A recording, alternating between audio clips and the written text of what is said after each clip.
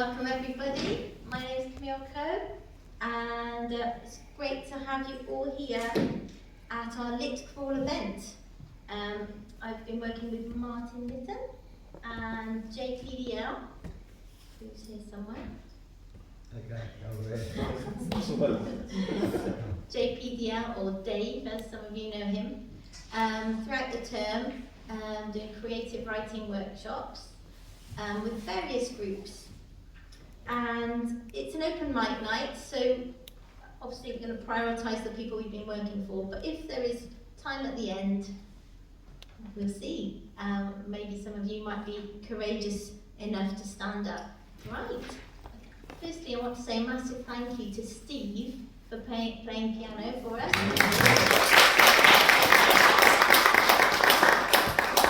And he's going to be playing at the end. Massive thanks to the Everyman Theatre for having us as well and allowing us to put this event on. So, I'm looking at Jamshed. Are you ready? So, we're going to start with a bit of stand-up comedy. Welcome Jamshed, everybody.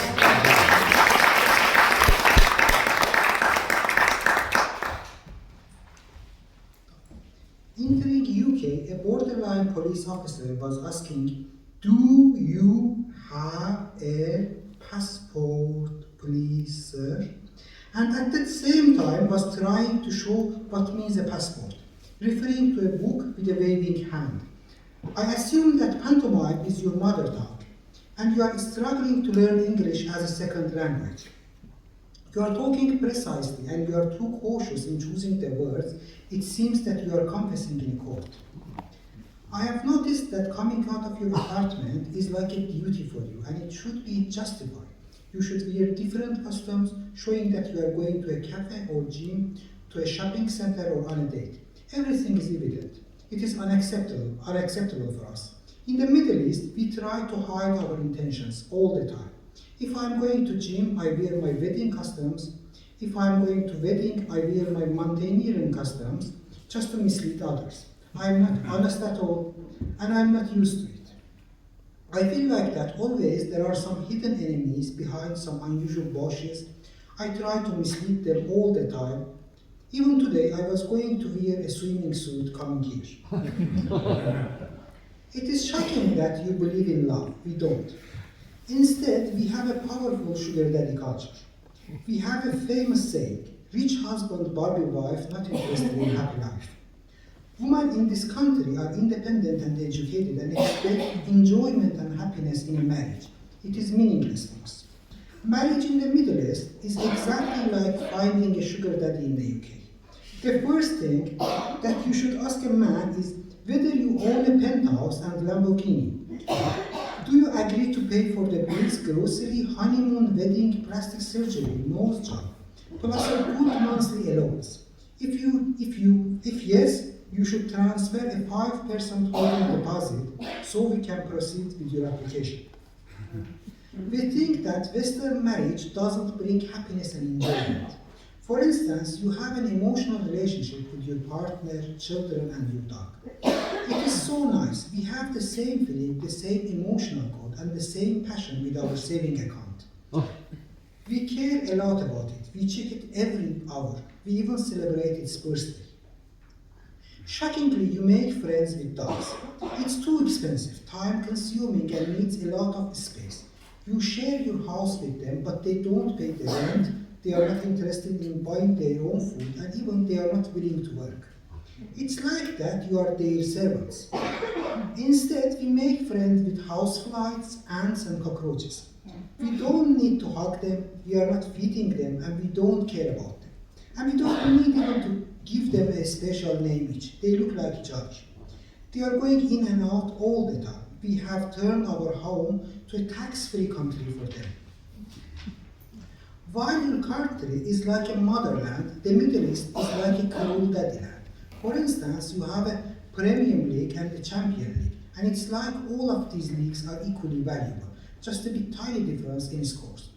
Like Mommy Loves You All.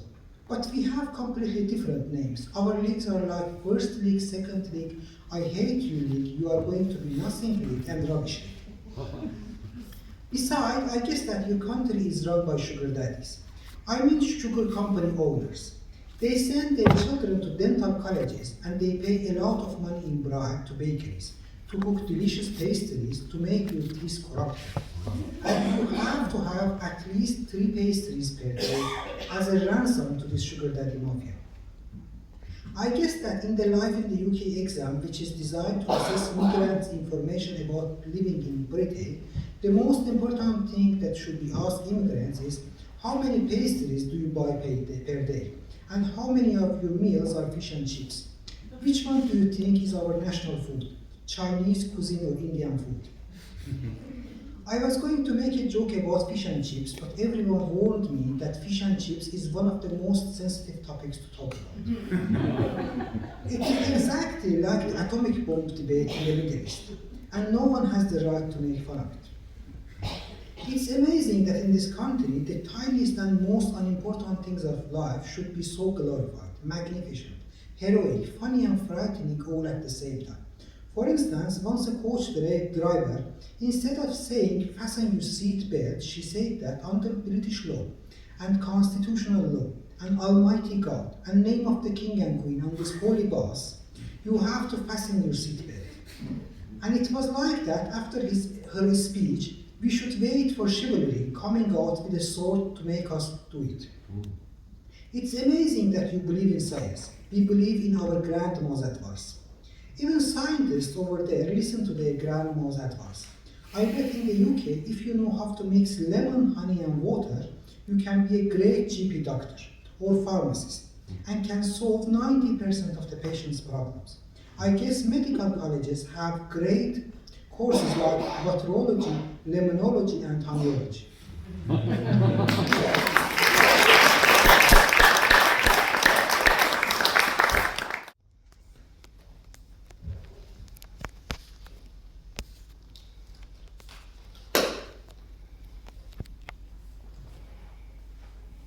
Good evening, everyone. My name's Russell. I'm representing the 23 group, People, Potential and Possibilities. I'm going to read you 2 poems sandwiched with a short story I wrote. This comes from my second book, and it's called Archaeology. It's about someone obviously that lived a long time ago. Through grit and glacial gravel, the industry of trowels casts the earth asunder to search and strive, unlocking secrets, the scrape of metal on a square rib, a length of brittle femur scratched audibly. My bronze pendant soon to be revealed, when I swirled in my dream in the coracle, lightning, trees and drums of thunder, I clasped my pendant and spoke soft words. To you, guardian spirit, who saved me from wolves and men and perils of the night, you guided me in fecund times, and when my scanty flows perplexed, and my man grew old and ponderous. Clever men will carbon date me, but they will never know thought, desires and dreams in the spirit of the stones.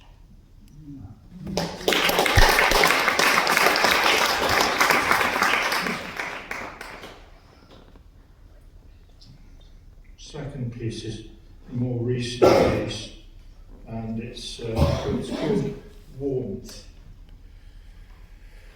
Roxanne has travelled into London to shop at Oxford Street stores, especially TK Maxx. She is heading for St Pancras Station via the tube and is bumbling down the steps with 3 bags and a precious Rihanna umbrella when she drops a red bag containing an expensive cream top. A tall man with sandy hair next to her strides forward and kindly retrieves it before it and they get trampled in the rush. Oh, thank you, she says, looking into his eyes and smiling. I'm Brian. We better get going as we're going to get trampled, he says, looking back quickly. Roxanne is not quite sure why, but she wants to stay with Brian. I'm I'm going to St Pancras, Roxanne says, her arms aching with the bulk of her bags. I live in London, it's no trouble getting back to Tower Hamlets. I could see you to the station, replies Brian in his distinctive Cockney accent. Oh, thank you, Brian. Brian notices her sleek dark hair and her ringless left hand. Having traversed the seeming endless escalator, a train rumbles into the station, disturbing a copy of the Evening Standard and fluttering chocolate bar wrappers across the platform. People pile out of the carriage and Roxanne and Brian manoeuvre themselves into the last adjacent seats. It's hot. Roxanne grasps the metal. I'm from Bedford, Brian. I've come here shopping. I'm actually a trainee vet. I bet you don't get much free time. I'm retired. I used to run a fruit and veg stall and support West Ham. That's a long training, Brian. Roxanne smells a whiff of aftershave and masculinity. The couple on the seats opposite throw them glances of quizzical intrigue, but Roxanne and Brian are unfazed. That's a nice brolly you brought, Roxanne. It's a Rihanna umbrella from TK Maxx. I'm a big fan. Ah yes, she had a big hat called umbrella. I remember now, said Brian, beginning to perspire. Roxanne is pleased with this nugget of knowledge, and adverts race by as the train decelerates into the next station. There is a short, ponderous silence. I'm not keen on football, Brian. Well, I am. It's mostly only Saturdays. Roxanne feels disquiet in his voice. Does Rihanna take up a lot of your time, Roxanne? Lots, Brian. There is another pause of contemplative, of compromise. The train approaches Euston Tube is slightly quieter, and Brian feels a lump in his throat. Roxanne wants greatly not to upset this kind open man any further today. Brian turns to Roxanne, a bead of sweat running down his temple. Do you want to give us some thought? Please, can I have your phone number? He said quite awkwardly. That'll be all right, Brian, she replies, looking into his soft green eyes. Perhaps I can shop on Saturdays. Brian and Roxanne smile as the train screeches to a halt at Euston. Brian and Roxanne clasp hands as they traverse the busy concourse to St Pancras, the announcements booming from the tannoy. The couple exchange phone numbers in a quieter corner of the platform for the 4:18 p.m. to Bedford. They wave to each other as it pulls out of the station, and content that tentative new shoots have begun to spring.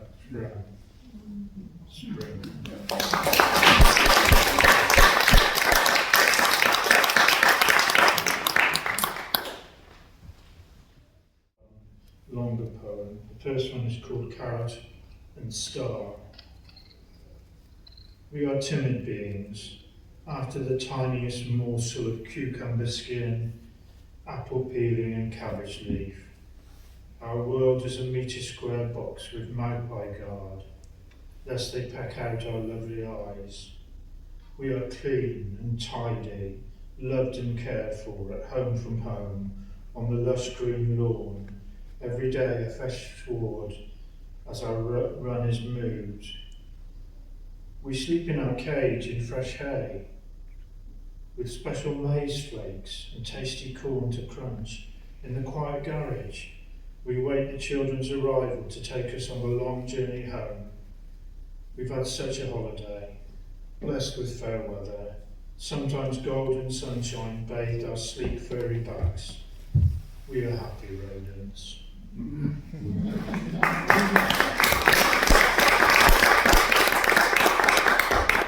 Thank you.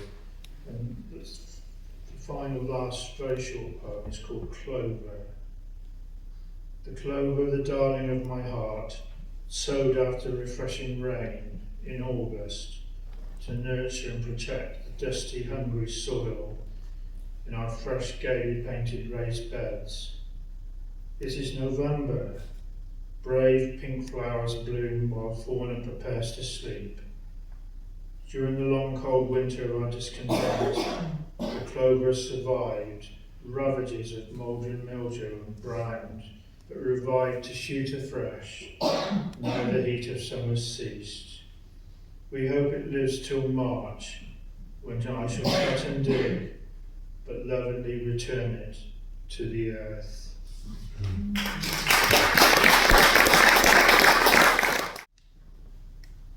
Good evening, ladies and gentlemen. Good evening. Nice to know you're out there somewhere in the dark.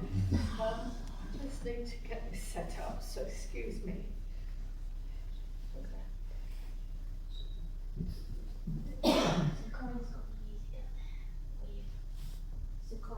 Already with the music. Okay, So that's okay, great. for you. That's great. That's great. Okay. Yes.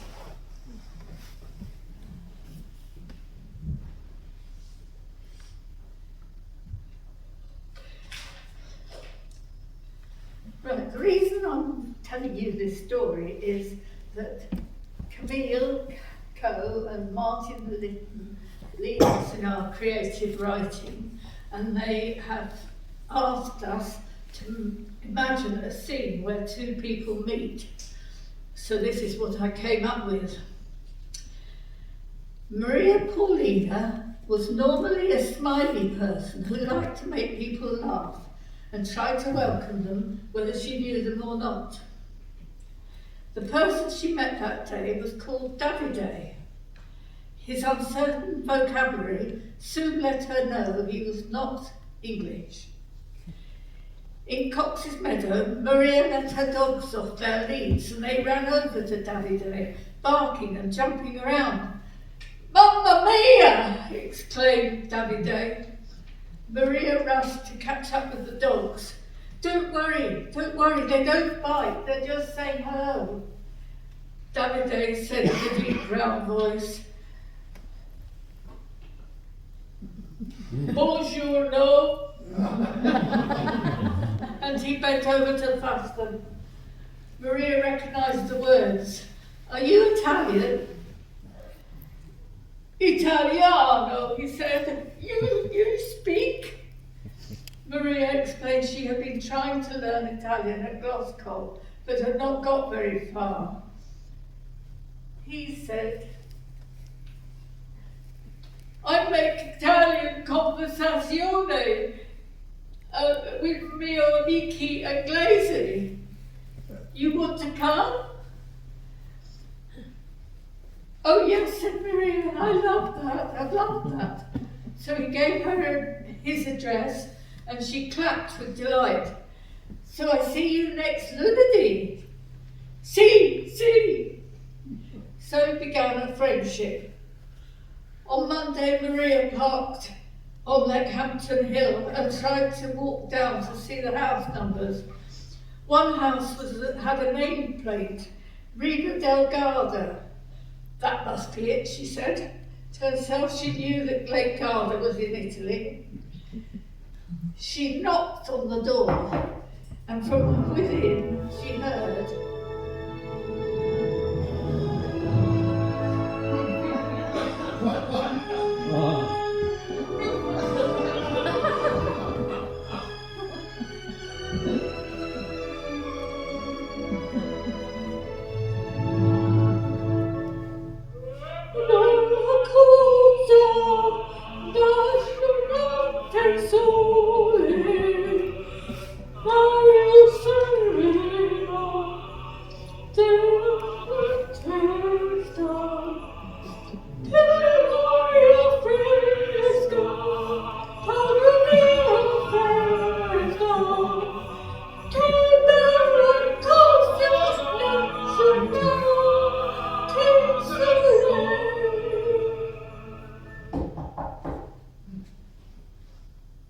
"Someone's knocking at the door."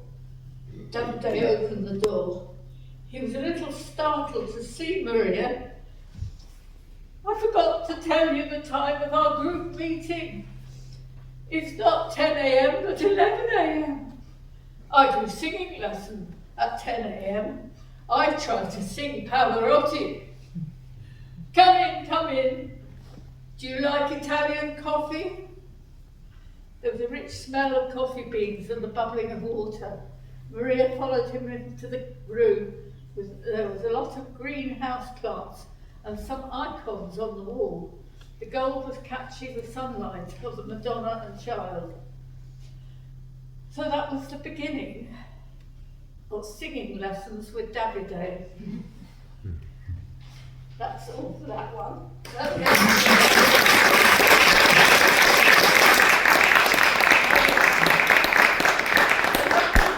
I find it uplifts my mood, so I hope it uplifted yours. Anyway, the next piece, Martin and Camille asked us to write was to try to imagine ourselves as a blind person, and did you say something? A blind person. Try to imagine yourself as a blind person, and this is a sensation, record of sensations you might get if you were blind, walking on a beach. The wind was harsh against my face. I felt sore. My feet crunched on the shingle and gave way, so I was not moving very far forward. I could hear the waves crashing on the beach, but I knew I could not go far wrong because my friend was with me. As I lifted one foot after the other, my feet felt heavy. Gusts of wind pushed me backwards from time to time, and I recognised the smell of seaweed. Above the sound of the waves, I could hear the shrill of the seagulls screaming to one another.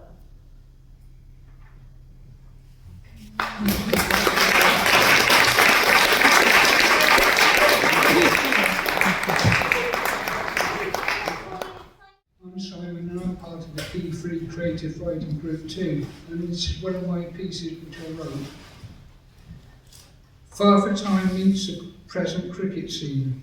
I can hear the sound of willow bats hitting the cricket ball and see the packed stadium of excited spectators. To the left-hand side is the members' pavilion with members in their orange and red and yellow sun hats and blazers. On the right-hand side is the media centre with its spaceship-like appearance packed with commentators. Everyone is awaited the much anticipated cricket match. The perimeter of the pitch is guarded by the stewards in their blue tabards. I am pleased to be at Lord's, a home of cricket, and the electric atmosphere generated by the expectant crowds. Now I've got one about our local football team. World of Robin stay up.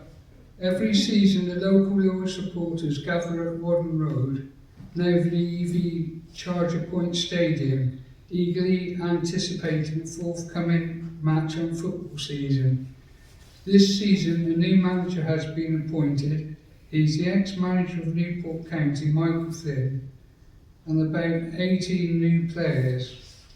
So far this season has been a bit patchy as far as results are concerned, but we all hope the results will improve with time and that the Robins don't get relegated to non-league after so long being a league club.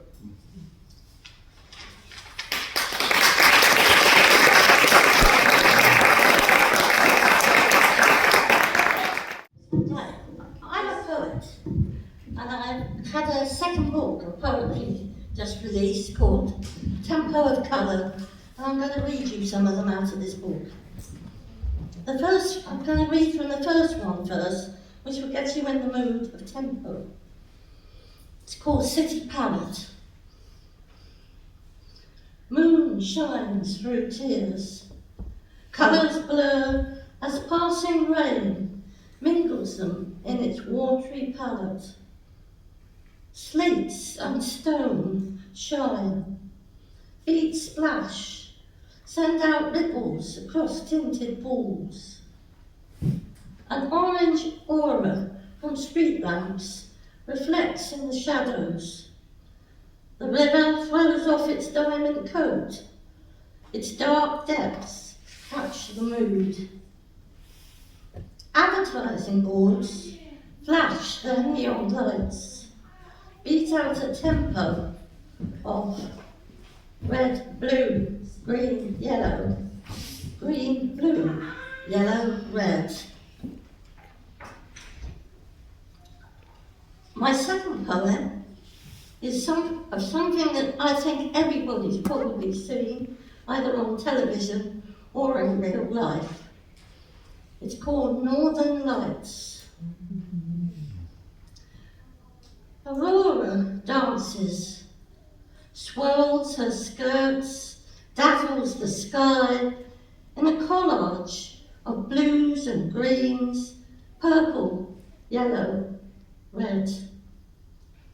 Pleats, ruffles, frills, ripple at the earth's pull. Patterns shimmer and sway as she protects the earth from the sun's cruel rays.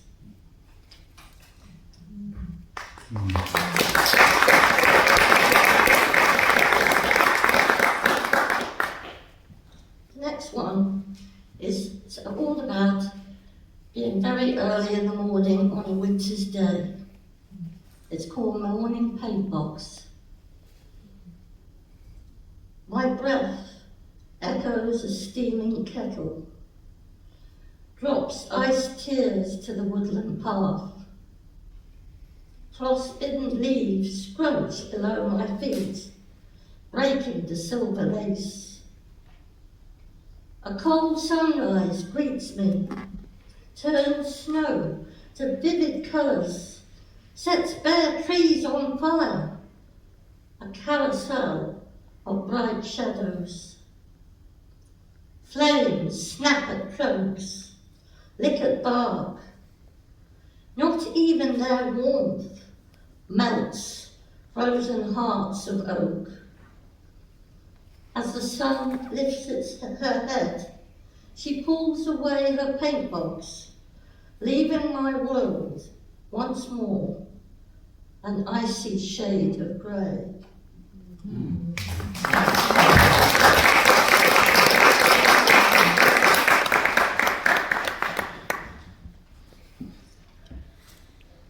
Next one is about a little insect that everyone knows, and I'm sure they think they're quite harmless. But are they? It's called Painting the Town Red. Wind-blown sand between my toes, I perch on the promenade wall.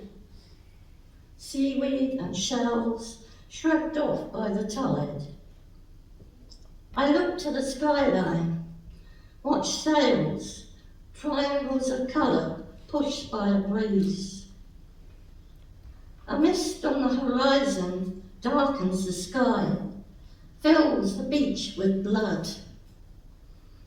Millions of ladybirds cover sand, pier, roads, houses, every bare bit of my skin.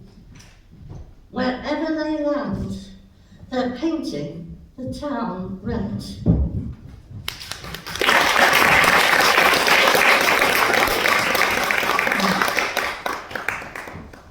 The next one is about probably a place that everyone knows, and that is Pittville Park. And I was put through my letterbox a very old painting of Pittville pump rooms, and this is what encouraged me to write this poem. It's called A Walk in the Park. In the fresh air of a cloudy day, parasols closed, we walk under leafy trees, down towards a lake. Our white skirts rustle as we teeter down the bank.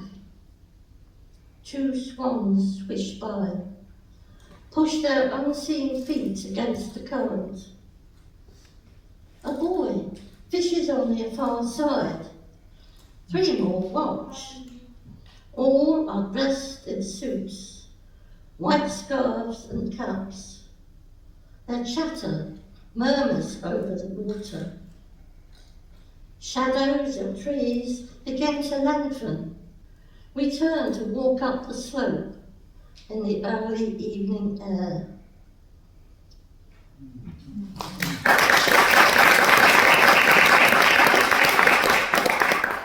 And my last poem is the last poem in this book, which this came to me when I saw something about the Impressionists, and I call it Impressimo. Basara chose the colours. Degas brought me oils. Manet gathered my brushes. Sisley gave his easel. Clean canvas came from Renoir. Monet handed me his palette. I sat down to paint. Red, yellow, blending orange, a crimson ball. Which side is west? White clouds edge grey, blue streaks darts of purple and pink. Black spots fly in above the horizon. Fall nudges my hand, sends a thunderbolt.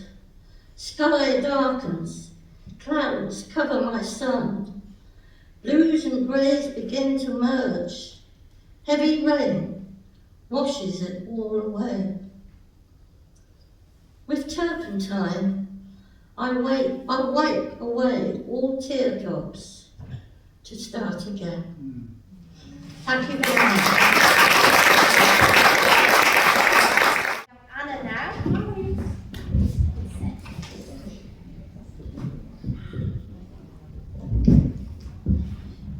So, good evening everyone. It's an honor to be here, and I really appreciate everyone sharing their thoughts, feelings and ideas. So just a bit about myself. My name is Anna and I'm Ukrainian. I had to flee my country 2 years ago, and this is when I came to Cheltenham. I've never been a person of arts, but since my life started to feel a bit chaotic, which was a bit like around 2 years ago, poetry in particular helped me organize my thoughts and understand my feelings better. So for today's performance, I took a number of poems that I wrote and just merged them together. So this is what I got. We all have our own stories. They are unique. There are no copies. Some moments make us cry, and usually they're the ones when we have to say bye. Some circumstances shape us, and for me, for us, it was when we had to sit on the bus. Some make scratches on our hearts so deep, at times when awful things just don't make it leap. At some point, all these strong emotions start stroking you, making you not only alone, but lonely too. This is when you have to stand for all the good you know, your family, your nation, and your home that will never let you go. Distance made me realize that life is brittle. Before that, I thought it was simple. I thought I had to scream and cry to let my tears dry, when I wanted to crush and break until everything would shake. I thought I could trade sadness for laughter and just see what happens after. When I had to help my heart, where anger created its art. Why didn't I realize sooner that these thoughts made me a loser?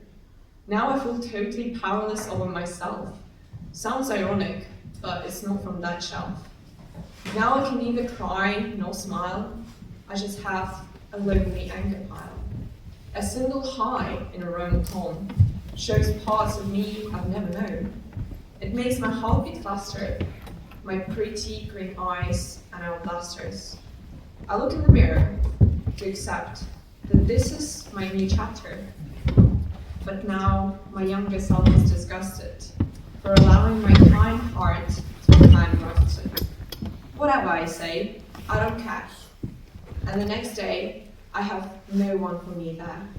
I'm frustrated, angry, and annoyed still, letting nobody in, hoping it would help me to heal.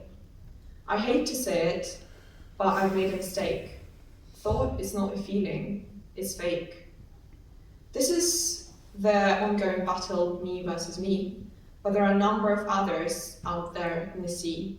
Society uses so-called label of success for things in life that they say relieve the stress. Ideas of connections, relationships, and career, they say bring happiness and joy, for real. There is one slight problem about all of this. These values do not define success to begin with. It is about who you are, not what you have. Otherwise, success is like a speech for the deaf. Society uses it to judge your price, leaving no other option but to sell you like a piece of art at an auction. However, we are creations who are allowed just to be, as we are all enough for family and friends for free. But what if you are far and can't feel it, left vulnerable and alone, ready to quit? They say it will go one day, they say it will go tomorrow, but you think it never may, it will keep sorrow. These nasty thoughts come to you once again, and solution finally appears in your brain. Soon, you will get better. Soon, nothing will matter. Soon, you will not be scared. Soon, your heart will be repaired. Soon, you will find peace. Soon, you will calm your inside beast. Soon, just you wait.